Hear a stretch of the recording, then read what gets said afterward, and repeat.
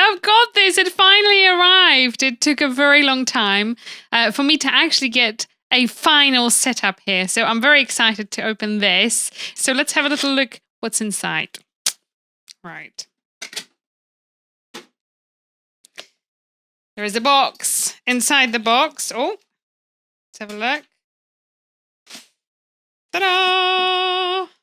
The box. It's little. It's tiny. I absolutely love this. Okay. And what shall we have inside?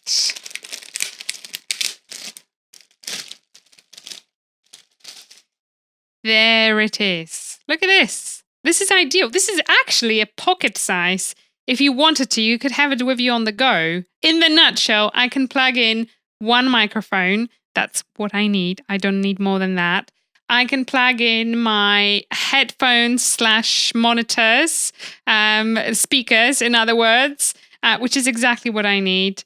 And I can just, I guess I can also listen to the audio from Mike's computer, which will be very handy when we do live streams. So I can hear him and hear the audio he plays on his computer. I like the fact it's literally as big as my hand, so I could hold it in one hand.